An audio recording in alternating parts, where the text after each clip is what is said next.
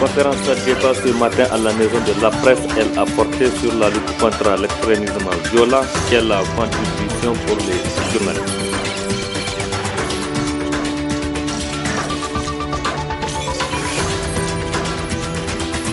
Les étudiants de l'ESCAE en fin de cycle ont reçu leur diplôme ce matin. Les récipiendaires sont issus des différentes filières de formation de cette école. Merci d'être sur la télévision Labari pour suivre ce journal de ce jour samedi 14 janvier 2017. Mesdames, Messieurs, bonsoir et bienvenue à tous. Outiller les journalistes à mieux traiter les sujets relatifs à l'extrémisme violent, c'est l'objet de la conférence débat de ce samedi à la maison de la presse. Cinquième de ce genre, cette conférence s'inscrit dans le cadre du projet Contribution des médias dans la lutte contre l'extrémisme violent. La conférence a été organisée avec la collaboration du Centre culturel américain CCA, le compte rendu avec Ariette Salah et Aboubakar Souley. Outiller les journalistes à mieux traiter les questions liées à l'extrémisme violent, tel est le but de cette cinquième conférence qui s'inscrit dans le cadre du projet Contribution des médias dans la lutte contre l'extrémisme violent au Niger. Notre pays, depuis quelques années, fait face au phénomène de l'extrémisme violent. C'est un phénomène qui affecte énormément notre pays, nos populations et dont les conséquences sont incalculables.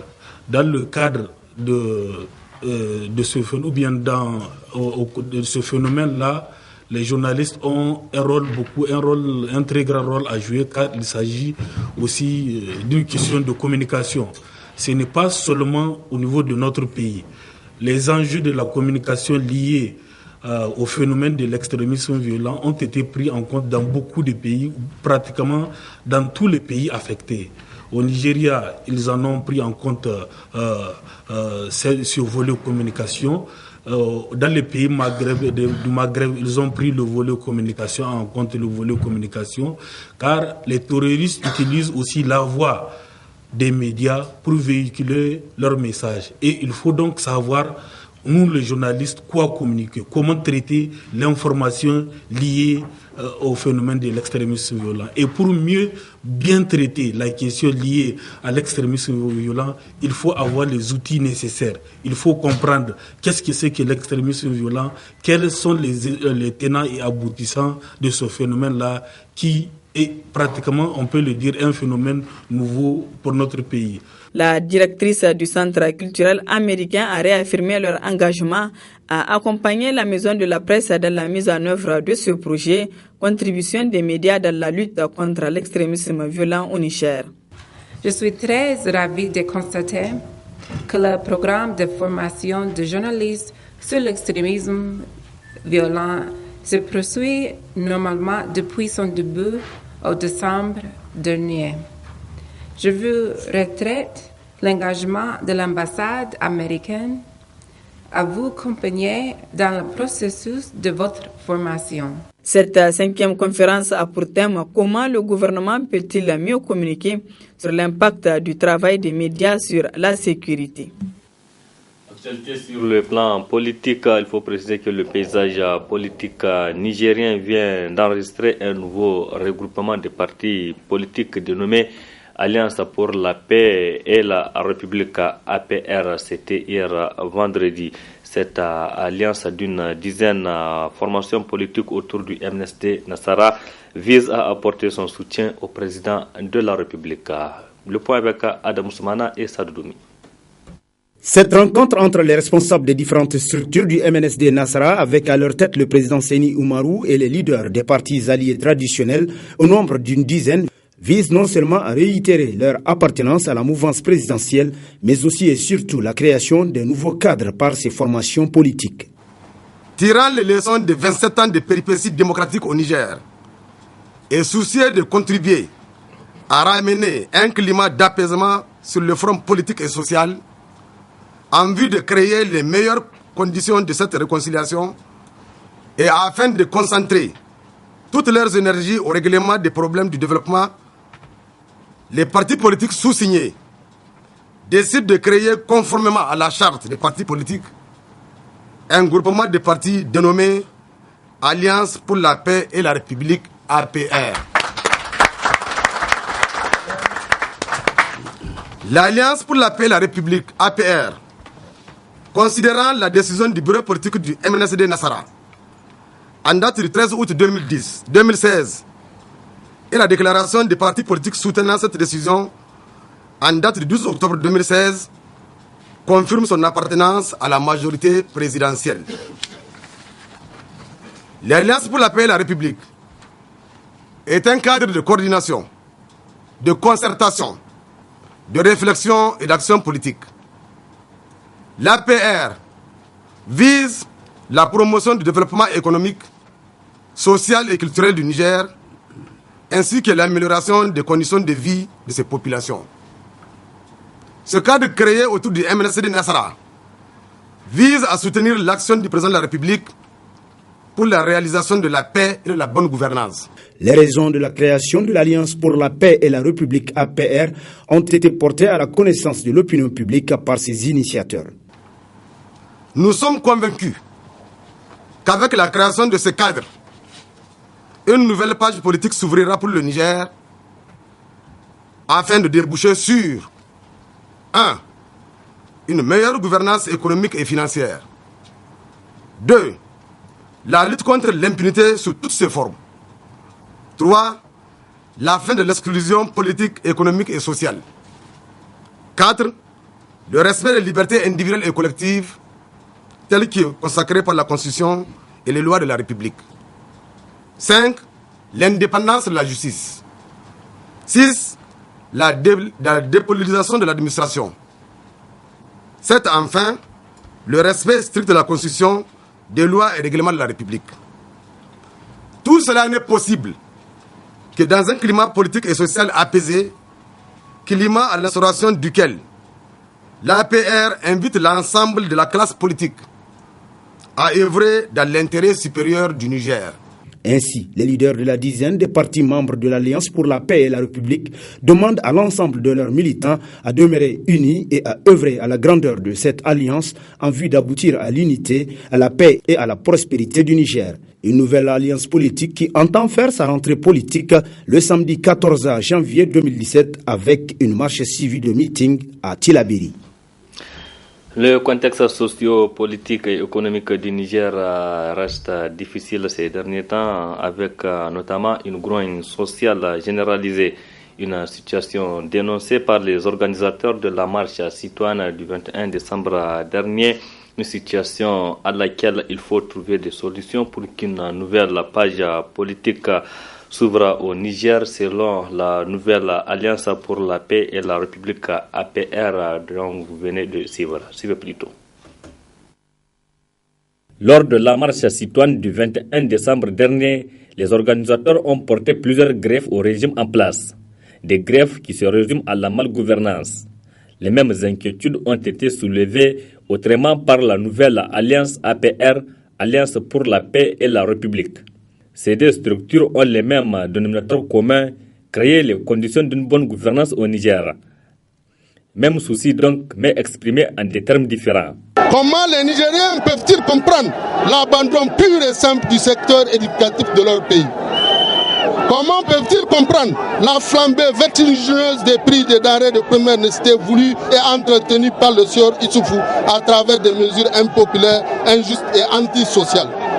Comment peuvent-ils comprendre que la cherté de la vie et la pauvreté ambiante alors que le Niger, leur propre pays, est assis sur un océan de richesse? Comment comprendre la nomination d'un gouvernement de près de 42 membres sans compter la pléthore des ministres conseillers payés à ne rien faire alors que le pays est en sérieuse difficulté financière? Comment comprendre qu'au moment où l'attitude démissionnaire du gouvernement contraint les jeunes à l'exode, le sieur Issoufou signe des accords anti-migratoires honteux, piétinant ainsi le droit d'aller et de venir consacré par la Constitution et le protocole additionnel de la CEDEAO garantissant la liberté de circuler des biens et des personnes. Pour l'APR, de ce cadre, une nouvelle page politique va s'ouvrir pour le Niger afin de déboucher sur 1. une meilleure gouvernance économique et financière. 2. La lutte contre l'impunité sous toutes ses formes. 3. La fin de l'exclusion politique, économique et sociale. 4. Le respect des libertés individuelles et collectives telles que consacrées par la Constitution et les lois de la République. 5. L'indépendance de la justice. 6. La dépolitisation de l'administration. 7. Enfin, le respect strict de la Constitution, des lois et règlements de la République. Tout cela n'est possible que dans un climat politique et social apaisé, climat à l'instauration duquel l'APR invite l'ensemble de la classe politique à œuvrer dans l'intérêt supérieur du Niger. Ainsi, les organisateurs de la marche citoyenne du 21 décembre 2016 et l'APR qui soutient les actions du président de la République Issoufou Mahamadou sont donc unanimes. Il y a des problèmes auxquels il est impératif de trouver des solutions pour une quiétude sociale au Niger. Le 7 et 8 janvier dernier, plusieurs régions du Niger ont organisé une marche de soutien au président de la République. La région de Tillabéri a emboîté le pas ce samedi 14 janvier 2017. Un homme s'est encore une fois distingué dans la réussite de cette manifestation. Il s'agit de El Hadja Zakou Jibodi Zakei qui a mobilisé Walama pour cette circonstance. Le point avec Adam Ousmana et Nasser Seydou.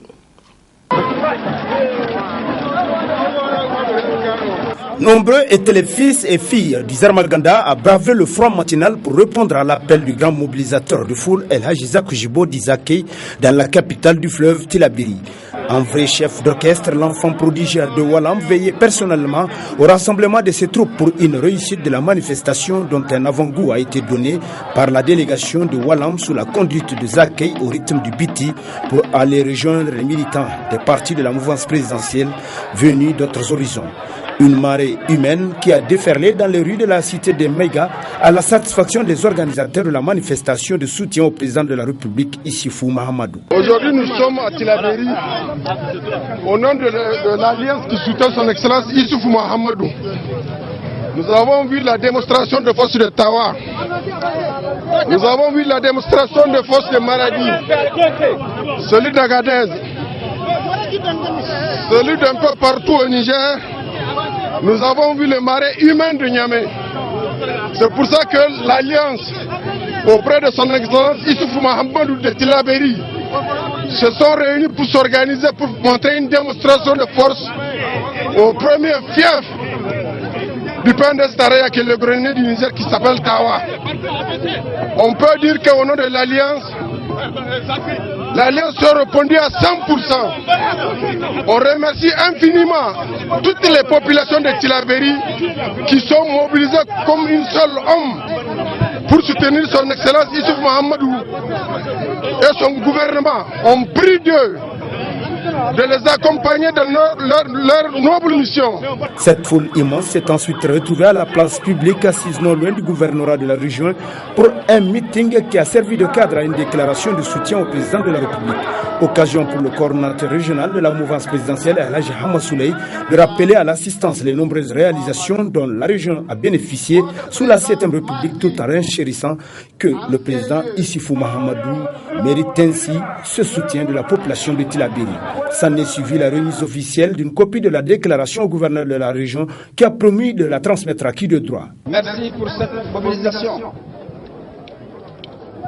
Le président de la République, au discours de l'investiture de son deuxième mandat, disait que son vœu le plus cher, c'est qu'à la fin de son mandat, lorsqu'il quittera le pouvoir, qu'il laisse un Niger profondément transformé.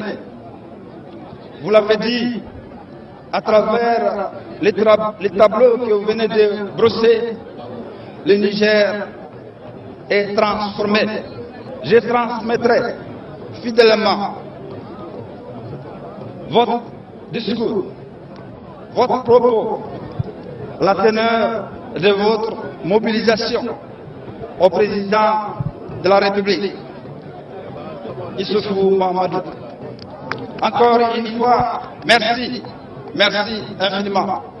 Ainsi, Tillabéri a relevé le défi de l'organisation avec succès de la manifestation de soutien au président de la République à l'image de certaines régions du pays, voire plus. Mais il ne peut en être autrement car la région du fleuve dispose parmi ses fils d'un rassembleur, un mobilisateur hors pair en la personne de Zakushibo Dizake. Après plusieurs années de formation à l'SKE, les étudiants en fin de cycle étaient à l'honneur ce samedi matin. Ils ont reçu en effet leur diplôme de fin d'études des mains des responsables de cette école. C'était en présence des parents, amis et connaissances. Les récipiendaires n'ont pas caché leur satisfaction, nous rapportent Assamaou Seydou et Ibrahim Abdou. Cérémonie de remise de diplômes toutes filières confondues de l'École supérieure de commerce et d'administration des entreprises SKE de Niamey marque la fin du cycle des récipiendaires. Moment de grande joie pour les étudiants en fin de cycle qui ont eu à exprimer leur reconnaissance à leur directeur général en le nommant ambassadeur de la paix. Comme tout établissement de formation, l'SKE de Niamey s'est fixé comme objectif majeur de délivrer un enseignement de qualité couronné par des diplômes reconnus et recherchés. Le diplôme est le document qui traduit les efforts et les sacrifices fournis des années durant par les apprenants. Et voilà pourquoi nous tenons chaque année à magnifier leurs efforts en organisant en leur honneur une cérémonie de remise des diplômes. Aujourd'hui, tous les diplômes de l'SKE sont reconnus par l'État du Niger. En outre, 4 de nos licences, à savoir la licence en gestion des entreprises et des projets, la licence des sciences techniques comptables et financières, la licence en marketing communication et la licence en transport logistique sont accréditées par les CAMES avec équivalence Bac+3. Occasion pour le ministre en charge de l'enseignement supérieur de louer la prouesse et les efforts de cette école et le courage de ses étudiants. L'SKE, depuis son installation au Niger, a produit des grands cadres, a fait que de bonnes choses. Et nous, en tant que ministère en charge de l'enseignement supérieur, nous nous devons de cultiver l'excellence, de soutenir l'excellence et de vous accompagner justement pour l'aboutissement de cette culture d'excellence à tout point de vue, que ce soit au niveau des enseignements qu'au niveau des diplômes qui sont accordés. Nous avons été suffisamment rigoureux, suffisamment sourcilleux dans vos filières, dans vos modules de formation, et nous avons vu que vous êtes une école sérieuse, et c'est normal que nous vous jetons des fleurs.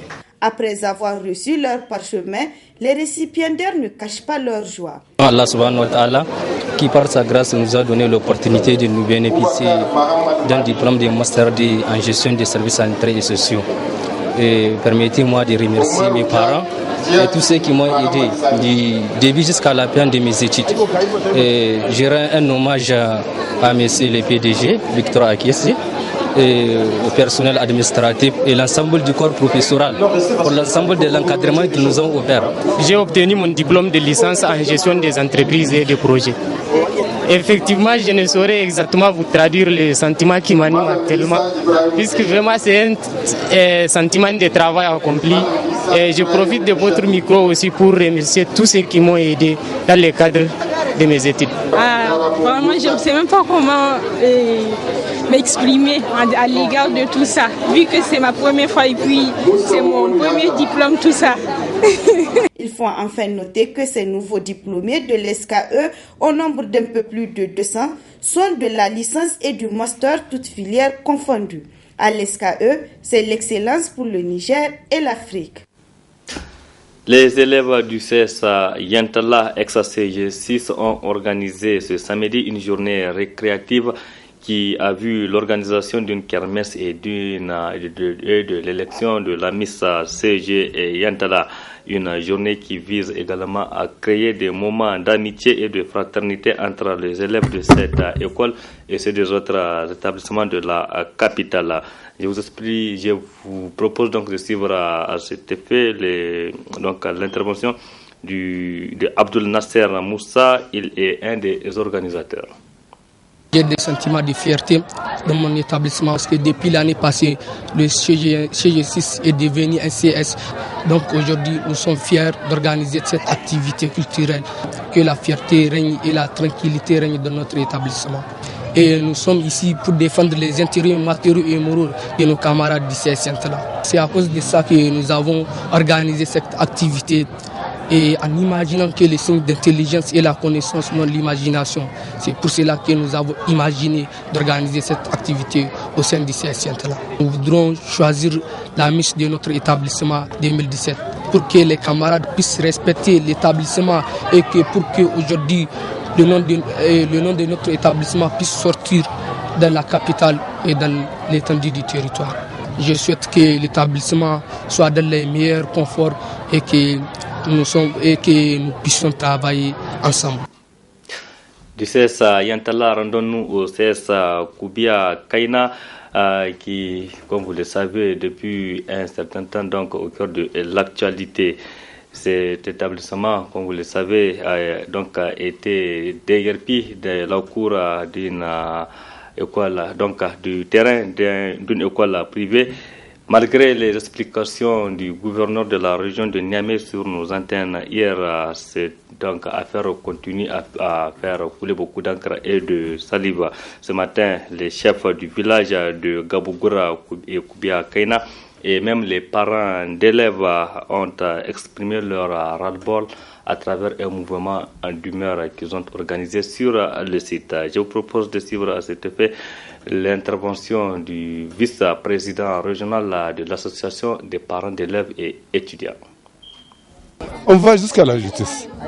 Et nous voulons que d'ailleurs le gouverneur soit parmi les parents d'élèves du premier arrondissement.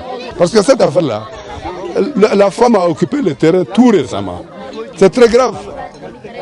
C'est très grave. Vous voyez le terrain. Vous avez vu maintenant, présentement, ils sont en train de mettre des portails sur le mur construit.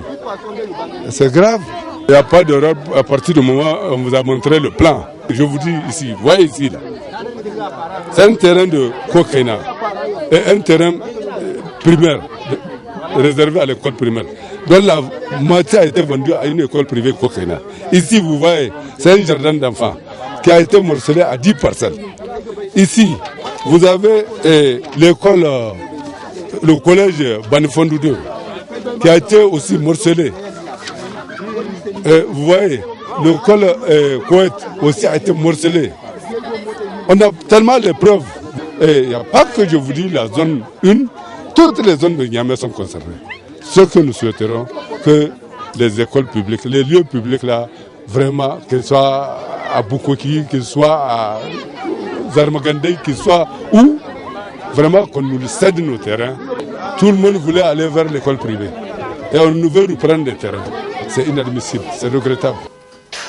Et puis un mot du sport dans ce journal avec le coup d'envoi de la Coupe d'Afrique des Nations de football CAN Gabon 2017 qui a été donné cet après-midi.